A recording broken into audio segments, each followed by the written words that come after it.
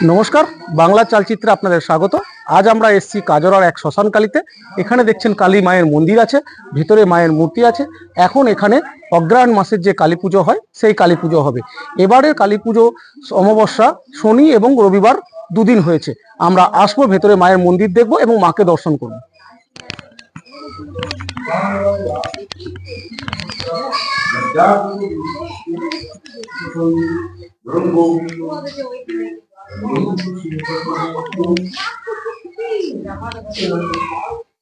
এখানে পুজো হচ্ছে, তাই আমি একটু আস্তে আস্তে কথা বলছি। এখানে পুরোহিত মশাই পুজো করছেন। এখানে মায়ের একটা মন্দিরের মতো আছে।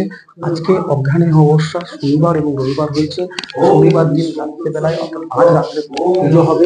এখানে মায়ের মূর্তি আছে, এখানে পুজো হবে, ওইখানে বলি হবে সন্ধ্যেবেলায়। আমাদের সঙ্গে আছেন পুরোহিত মশাই, আমি ওনার সাথে কথা বলে নিচ্ছি। এই যে মায়ের মূর্তি, এখানে পুজো কতদিন ধরে হচ্ছে? 200 বছরের উপর। 200 বছর উপরে, মানে প্রায় স্বাধীনতার আগে থেকে। স্বাধীনতা আগে।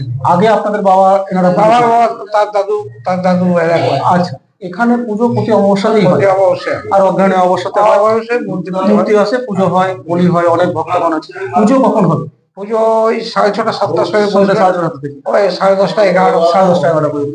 তারপরে মায়ের মূর্তি আগামীকাল বিসর্জন না, হবে। বিসর্জন হবে না, এটা অষ্টমঙ্গলের বিসর্জন। অষ্টমঙ্গলা বিসর্জন হবে। অর্থাৎ এখানে বিশেষ বৈশিষ্ট্য হলো এখানে মায়ের মূর্তি অষ্টমঙ্গলাতে বিসর্জন হবে।